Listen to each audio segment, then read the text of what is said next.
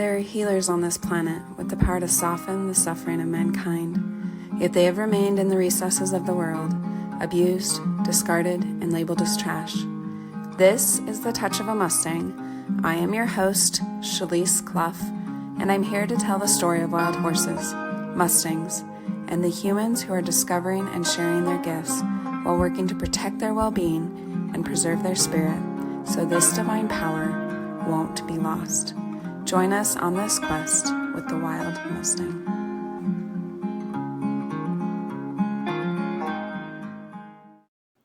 Welcome back to the Touch of a Mustang podcast. It has been a little bit. I have been having a hard time staying motivated to do this. And, if you take a break, it's easy to start second guessing and kind of wondering, what's the point?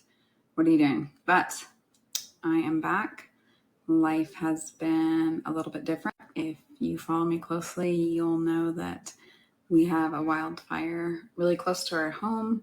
It's about a mile away.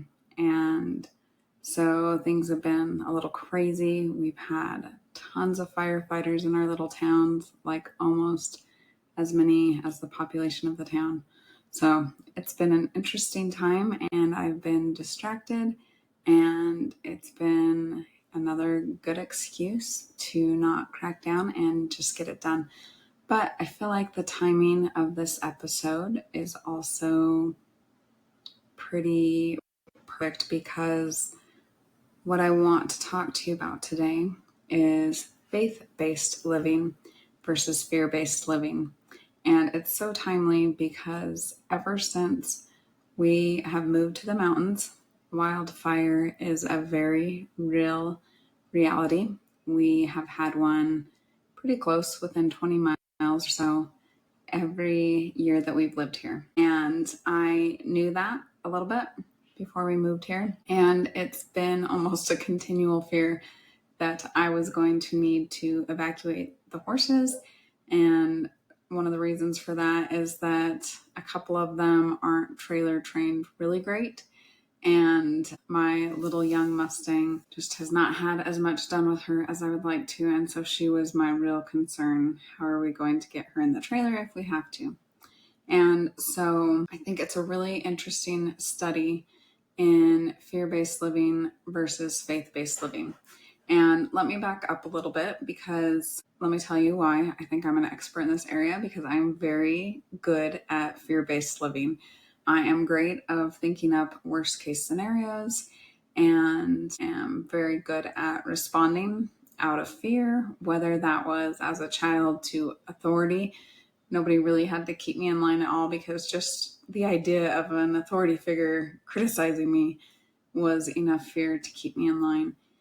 And whether that was with young children, worrying about all the possible things that could happen to them, or some of the things in life now. And so I'm really good looking at all the possible ways life could be terrifying, could be scary, could hurt me, and almost at times, for sure at times, obsessing over these things. So when I talk about fear-based living, that's really what I'm talking about, is living and responding out of fear. And I recently read a book by Melody Beattie, and she talked about faith-based living versus fear-based living. Now, this is an idea that I've had before, but never really put that specific terminology with it. And I really like terminology. So we kind of know what I'm talking about when I talk about fear-based living. Really just living in reaction to things that we are scared of. Faith-based living, on the other hand, doesn't even have to be something related to God. A lot of times we correlate faith with religion, and it doesn't have to be something like that. Faith-based living, to me, can definitely have a component of the divine. I think it certainly include an element of believing in a higher power that has a role in your life. But when I'm talking about faith-based living, a lot of it is not belief as much as mindset, the way in which we view the events we encounter. So we can have the fear-based, where we're responding because we don't want something to happen. On the other hand, I think faith-based living focuses a lot more on assuming that things will turn out and turn out well, assuming that you will be okay, assuming that good can come from and be seen even in difficult times, especially in difficult times. And how do we get from fear-based living to faith-based living? This is honestly a question that I'm still trying to answer. And I think more than anything else, I can give you some insights into fear-based living and how it doesn't serve us well. And hopefully a few insights into faith-based living. It's definitely something I am working on. It's definitely something that life is working on teaching me. And I absolutely believe that changing the mindset, changing the way we approach our interactions with the world can make a huge difference. So changing that from assuming things will turn out well or good, or that we'll be okay and able to handle it, versus worst case scenarios, imagining the absolute worst, thinking that everything could end our life. We might not put our words to that, but we react as if we're in danger. And changing that mindset can really change the way we feel about life and the way we approach life. Two things that I think are so essential for success and happiness. And when I talk about success, it's not just money or achievement. Success is just having a life that you can love and enjoy living in. And so very unfortunately, that's not something that a lot of people in our culture and our world today can say, because we have such a rampant influx of depression, anxiety, and a lot of other feelings and emotions and elements that we allow to make life into something pretty hard and terrible. So, talking about the fire and reacting in faith instead of out of fear. I want to make one thing clear. Faith is not just floating by. I believe that faith requires action. And so when I see faith, we do everything we can, or the things that we're capable of at that time. And then we move forward with the intention and the mindset that things will be okay, that things will work out. So I was telling you that trailering my horses out of here was a huge fear that I have. My little 4-year-old Mustang has been in a trailer when she came here. That was the only other time she's been in a trailer. Now she's gotten 3 other rides in it. So it was a good learning experience. But always since I've had her, it's been a concern in the back of my mind.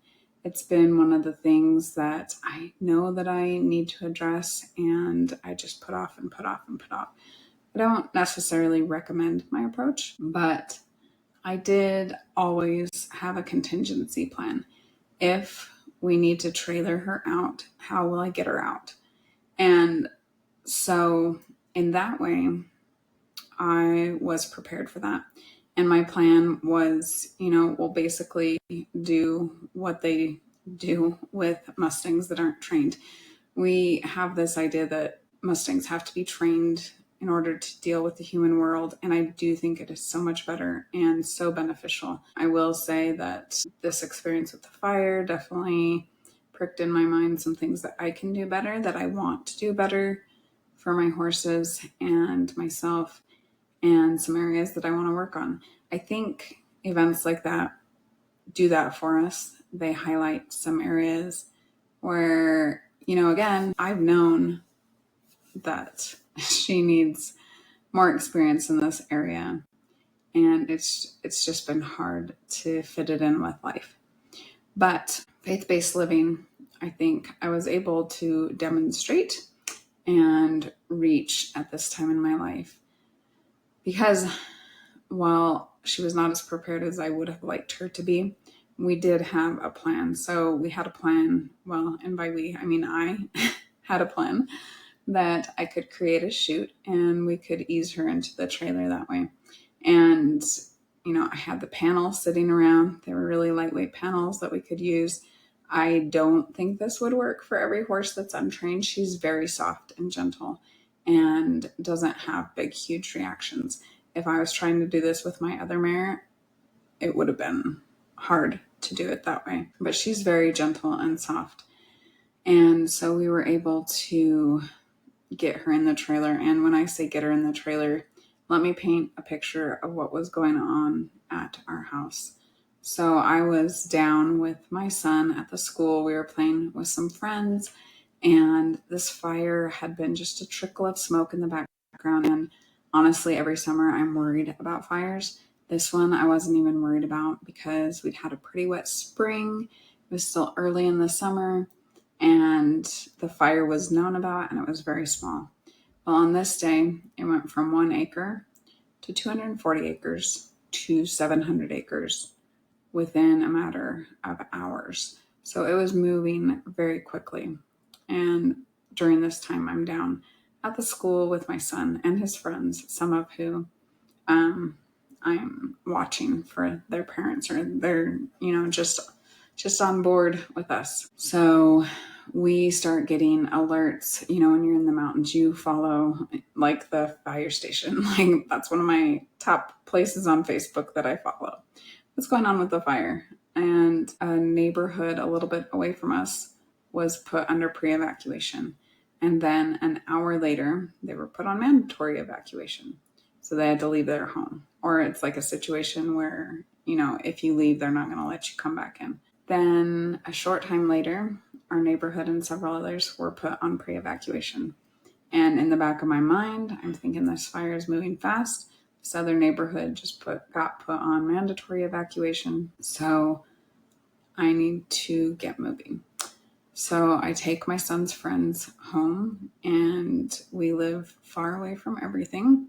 So that was time consuming and nerve-wracking, but it worked well. He was able to go over to their house while I went home and checked out the situation. And my husband is actually the one who texted me and said we're under pre-evacuation. And so he left work. He doesn't leave work for much, but he left work and came home. And I was able to text my older daughters and let them know, and they were so amazing to come up and help. When I get up to our house, there is smoke billowing over our driveway. This fire is close. Our whole house smells like campfire. If you've ever been near a wildfire, it permeates everything. There is just a stream of smoke going right over our head. We had looked where the fire was. It's pretty close. Rugged mountain in between us and the fire. And so we made the decision we're going to get the horses out.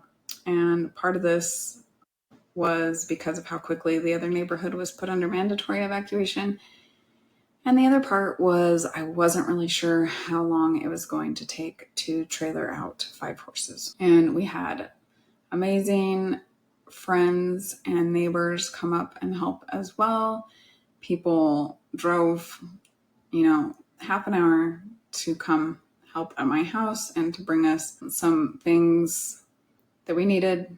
I had a truck that was going to help, but I didn't know if I had a ball hitch. So there were lots of things that were like, these are probably items that you should keep on hand that I learned, and I'm definitely going to change in the future. And so we get some of the horses that load better in, and then we're getting to the young Mustang. And this is her second trailer ride. Her other trailer ride was, I guess she went into, she probably had one when she was rounded up, and then she had one from BLM to my house. And so this was the first trailer ride we had done with her. And we tried and just walk her in, which I didn't really think she would do, and she didn't. And then we create a chute and try putting some pressure on her. It was too much, and she ended up getting away and ran down into the pasture area. That was fine. And we get her back up, and we create a chute, and we get just a panel to push behind her to make the enclosure smaller. And really, our big mistake was we put way too much pressure on her the first time because she didn't need a lot of pressure. So we are trying to load this Mustang in the trailer.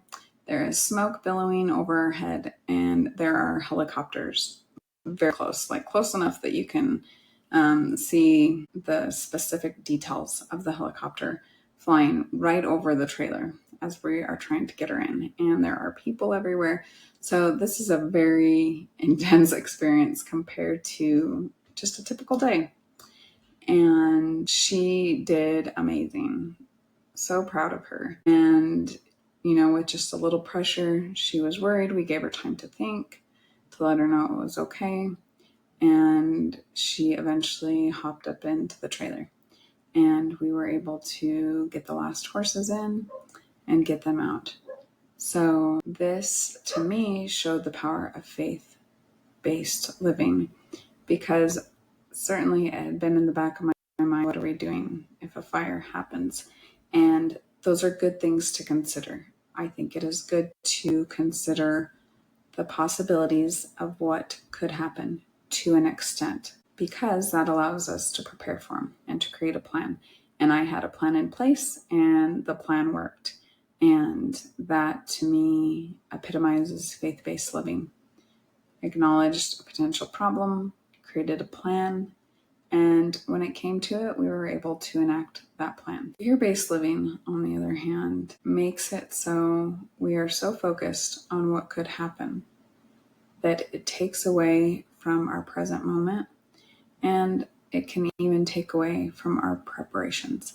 If I had been more focused on fear, I may not have had the mental aptitude to create a successful plan to get all the horses out. And it's the focus on worry versus focusing on plans and preparation, and then believing that it will all be okay, that we'll be able to handle it if it comes to it. And I honestly, even all the logistics weren't super clear. How am I going to get 5 horses out and by myself? But, in those situations, people are so willing to help out. We had so many incredible neighbors and friends who just jumped up and did whatever we asked, and were really amazing in that way. And I don't think that we can undervalue that blessing of community. So this is a little bit of an extreme example. Hopefully everybody is not having to evacuate. They're not trailer trained horses regularly. So it's not a typical example, and it's certainly something I learned from. I think we can always learn from these experiences. I am committed to really buckling down and getting her in a better place. And it brought up a lot of topics for me for future discussion, for future learning opportunities. And that's another thing that is so incredible about faith-based living versus fear-based living, is that we can learn easier when we're focused on a faith mindset, a mindset that things will be okay. Because again, when we're reacting out of fear, it heightens our emotions in a way that we're not able to think as well. So this is a more kind of a bigger example, but it's something that I encounter on very regular basis. And it's something I have to be really cognizant about, that I'm making decisions out of faith and knowledge rather than fear. So here's another example. My son loves playing soccer. It's one of his favorite things ever. And we have a great little community team this past year, and it was just so much fun. It was just perfect. I would go back and relive those 3 months because they were just great. And I was talking to another parent that had a son on the team. We've kind of talked before about how, at least I don't know, they felt the same, but how I just really love the recreational, how the thing with sports that bothers me is when it gets so competitive, it doesn't become fun anymore. And I'm very competitive by nature, so I do like that competition. But I've also been part of when it just isn't fun anymore because it's so focused on the competitive nature. So I've just kind of really talked about how, I just love the recreational and it's just so fun and everyone's so supportive and nobody's getting crazy about who's winning the game or how their kids are playing. And then we're kind of talking about the league around here. And I find out that he decided to put his kid in competitive league, which is awesome. And he's like, there's a spot for your son if he wants to do it. And it's something I've thought about before, and it's hard because it's very time consuming. And so it really is something that I have to look at and think, what is the benefit and what is the trade-off and what is the sacrifice, both for myself and other family members. And it's something I've just been happy not to do. But when he brought this up, I automatically thought, geez, do I need to put my son in now so that he can stay competitive? And it wasn't coming from the mindset of this will be a great experience for him or something he would really enjoy.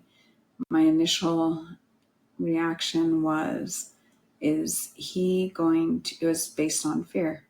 Is he going to not do as well as soccer if I don't commit the same amount of time and energy to it? And it's a legitimate possibility and certainly something that should be brought into consideration, but it is not the thing upon which a decision should be made. Our fear of things should not be our decision makers. And I think often fear does become a deciding factor in the way we choose to live our lives. And that is one of the primary reasons why I just love this idea of changing to a faith-based type of living. Faith that things will be good. Because if we are looking at things in worst case scenarios, we are planning and prepping for things that may or may not happen. And again, it takes us out of our current life. Not only that, but it impacts the choices we make.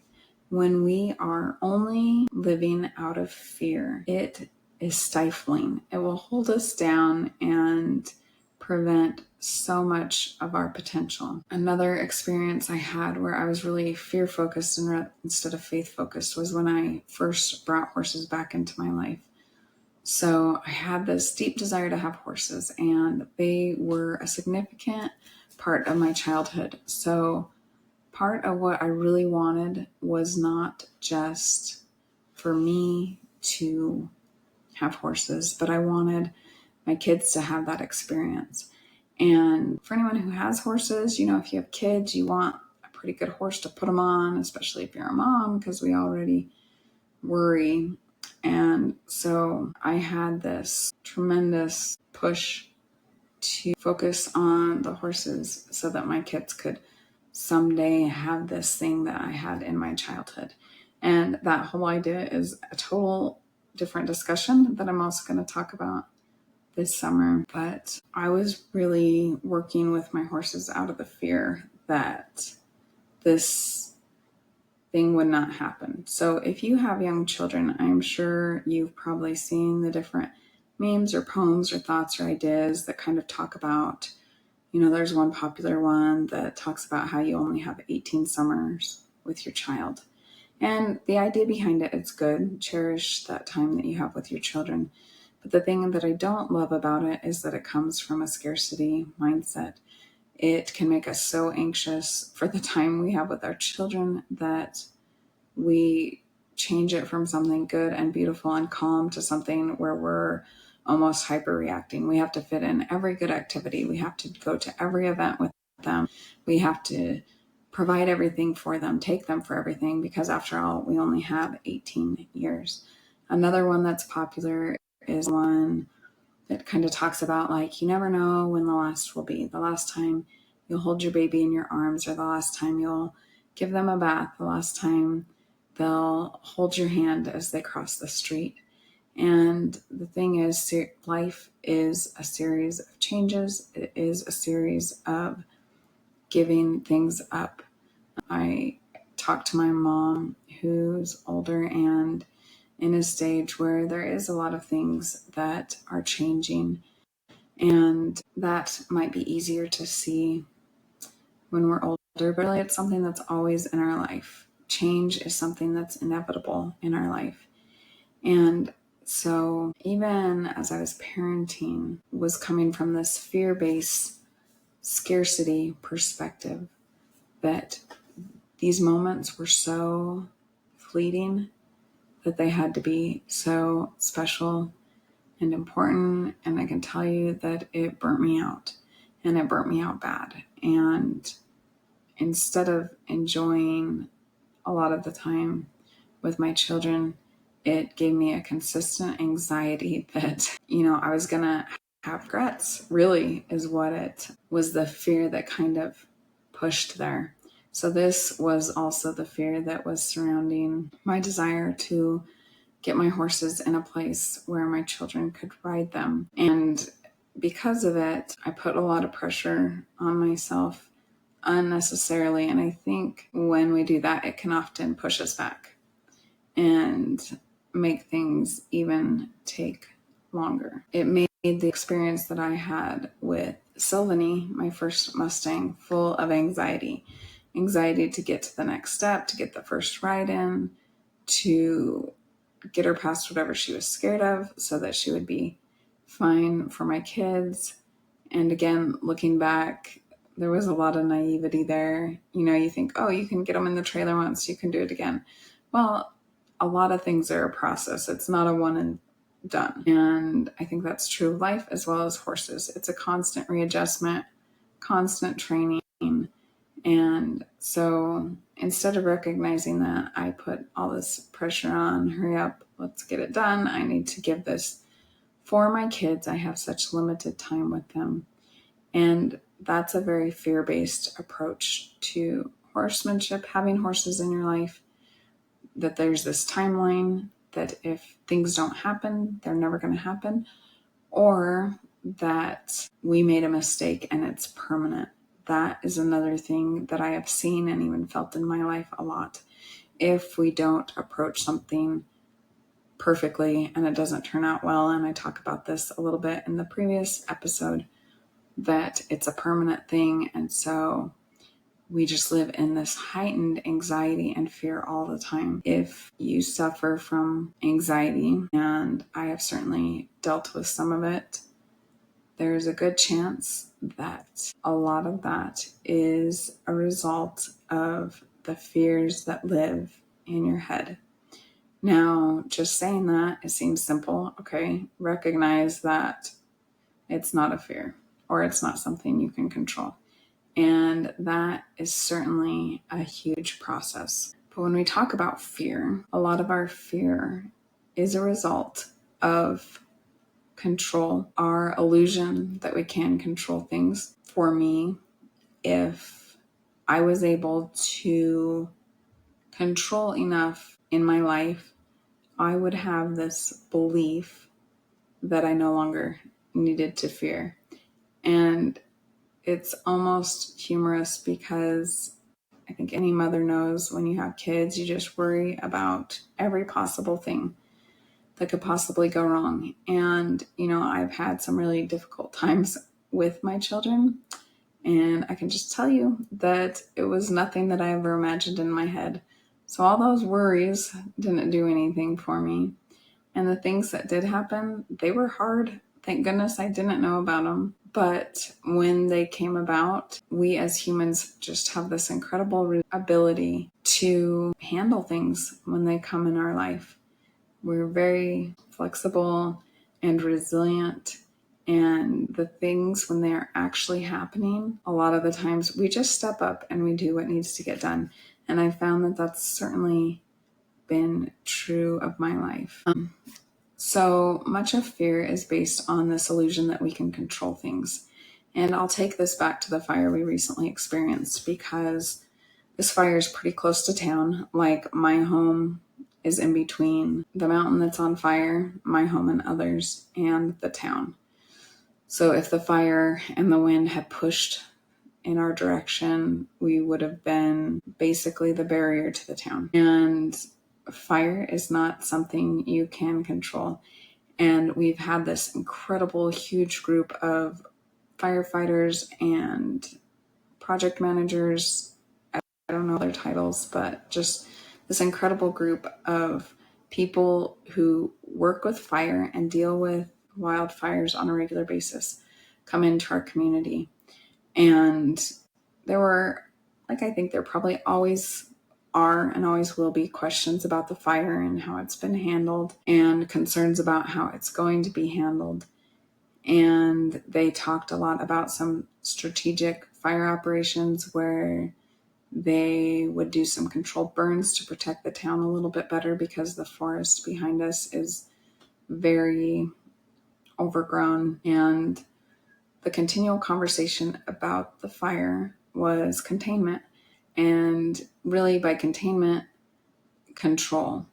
And the thing everybody wanted to know, when will we have control of the fire? And I think everyone was hoping for guarantees from the firefighters and the people who were sharing information with us. We were all wanting a guarantee that the fire is not going to harm you or your town or your property. And guarantees are a funny thing because they really don't exist.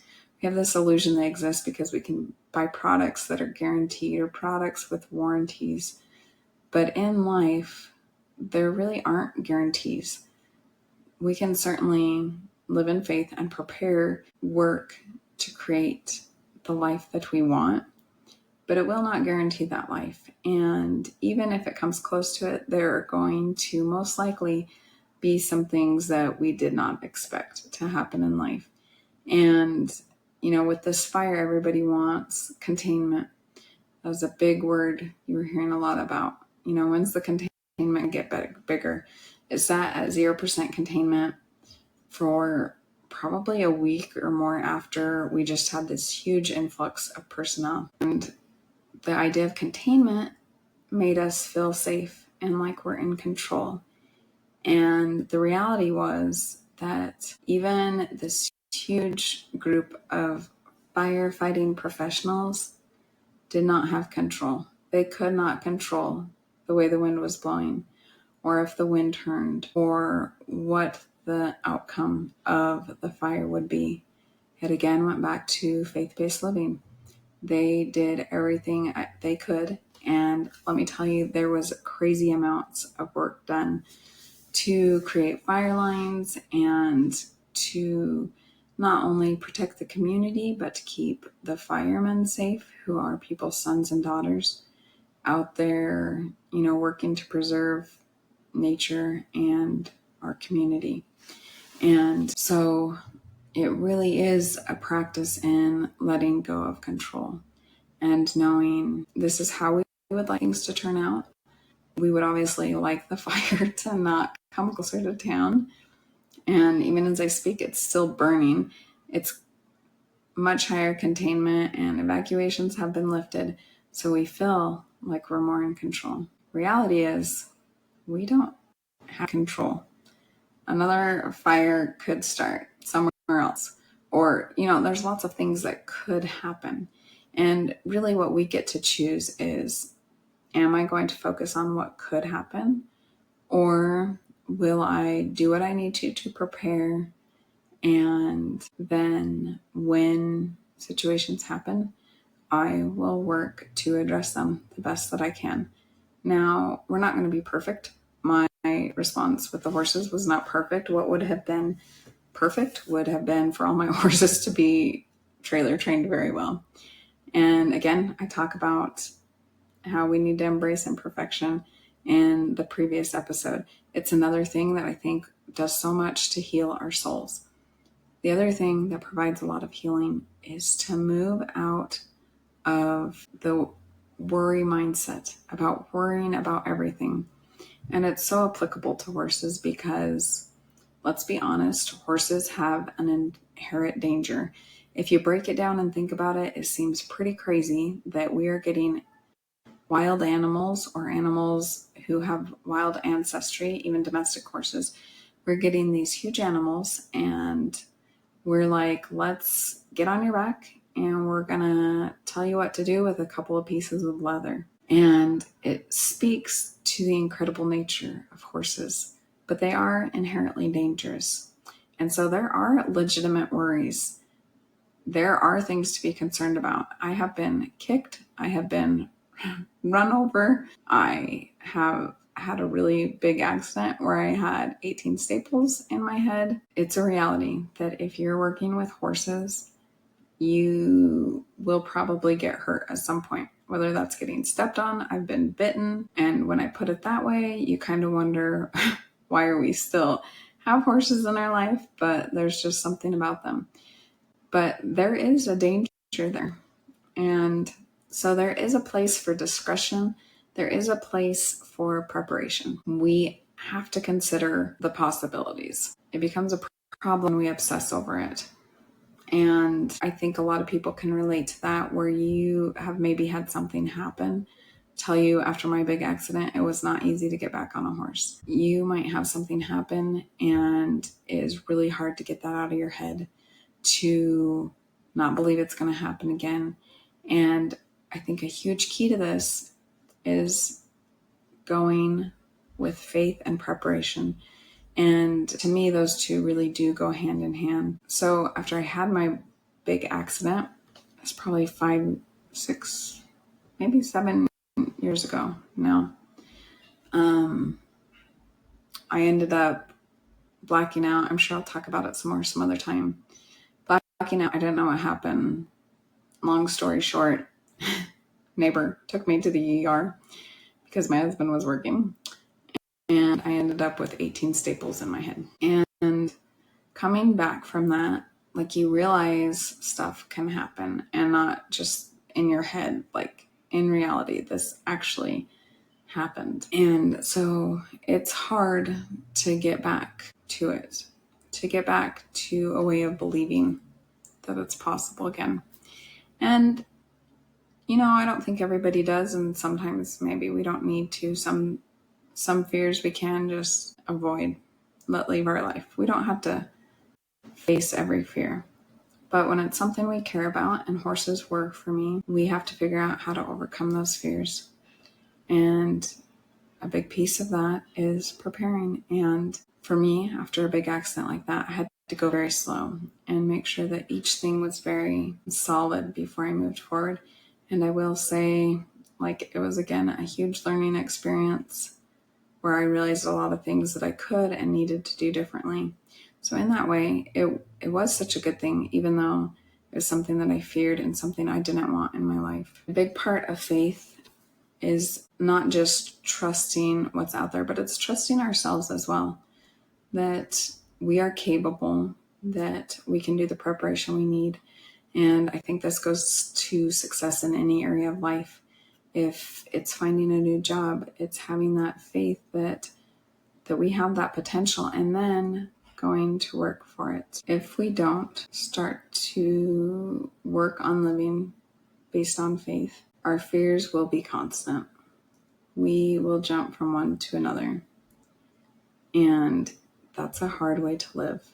It's a hard way to have horses in your life if it's constant fear. So, kind of in conclusion, and to wrap this up, there are two really important things that I have found help me when it comes to fear. And the first one, which I've talked about before in other settings, is facing your fear. And by facing your fear, I mean turning around, no longer running from it, turning around and looking for it. If this happens, what will I do? This is something I had to do in my personal life with other people's choices. If they choose this, what will I do? And in some cases, there was nothing I really could do. In other cases, there were changes I could make to myself. All cases, the thing I realized is that I was strong enough and I could find a way to be okay and to move forward. And I think that's a lot of life. There are going to be hard things that come into our life, but we are strong enough that we will find a way and we will move forward. And a lot of that is having faith in yourself. I think that's really important. I think we should all have faith in ourselves and our potential and our abilities. The second one, after facing your fear, is, and this goes along with it, is separation. And I think we can look at our fears and say, what happens in this scenario? For some things, there may not be anything that we can do. If a loved one is in a tragic accident, that might just be something that we have to get through. But in other cases, and particularly in horsemanship, if something happens, what can we do? So like for me, one example, if I see my horse getting worked up, what can I do? People handle it different ways. For me, because I'm a mother of 6 and I had a really bad accident, up and walk with my horse if they're unsettled. This isn't like they're being belligerent, just don't want to do something. Although even if they don't want to do something, yeah, sometimes I'll just get off and walk because, okay, we'll do it this way then. So the second big piece of faith-based living is preparation, putting in the work. It's not recklessly jumping into the unknown. We're not jumping off a cliff without a parachute. We don't like the cliff, we see it, put the parachute on, learn how to use the parachute, get mentors in your life who can help you with the parachute, and then we face that fear. In conclusion, it has just been so helpful to me to recognize when I am living and making decisions out of fear, which is something that I still do and have to catch myself in, and changing that over to faith, to doing the preparation and the work, to acknowledging the possibility, and then seeing what I can do about it. And after that, letting it go. So if you join me for this conversation, I'm so grateful you are here. This was my third take. I started one and realized my computer wasn't hooked up right because we had them out in case we needed to go. That was one of the items that we were ready to take. And then the second one I started, and then my husband called. I thought he was at work. So anyway, we had the opportunity to chat for a little. And that's just something that is always great to take advantage of. So after that, I went out, did a horse stuff, got all dirty, got manure all over me, got the pleasure of having my horses back because they've been gone for 2 weeks, and checking in with everybody. Came in here and was able to have this talk with you. So if you are excellent at living in faith, both of life, of the divine, and of yourself, I would love to hear the things that you do, the strategies you use to implement that in your life. If you are maybe more like me and you struggle with fear-based living, you struggle with making decisions out of fear, letting fear paralyze you, even letting fear take away the good of the moment, I promise you it is worth changing that mindset to one of faith. And trust me, I know it will not be instant. I think for me, it will always be a constant struggle. It's always something that I'm going to have to step back and look at. I will always have to turn around and face my fears and say, okay, what's really going on here? We have these emotions that come up internally, and sometimes we need to take an outside perspective and stop and say, what do I really need to do in this situation? And what am I really in control of? And what am I trying to desperately grasp and hang on to that I don't really have control of? Those are some things that have really helped me. I'd love to hear from you if you have things that have helped you and what else you would want to know about this topic. So I'm hoping to get back on track, work on getting things out once a week or twice a week. I have just ideas that have been really meaningful in my life. So I hope to share those with you, and I hope that you guys will be back. Thank you for joining us and learning about horses that heal and the humans who help them. We hope you'll continue with us on this journey. We'd love for you to subscribe on your favorite platform and follow The Touch of a Mustang on any of the major social media outlets. Please share with your friends, anyone who loves horses, or anyone who might be struggling and could benefit from this message. If you have felt the healing power of horses or help them in their divinely appointed mission, please reach out. We want to hear your story. As we say goodbye, always remember that the horse is always there to help you heal.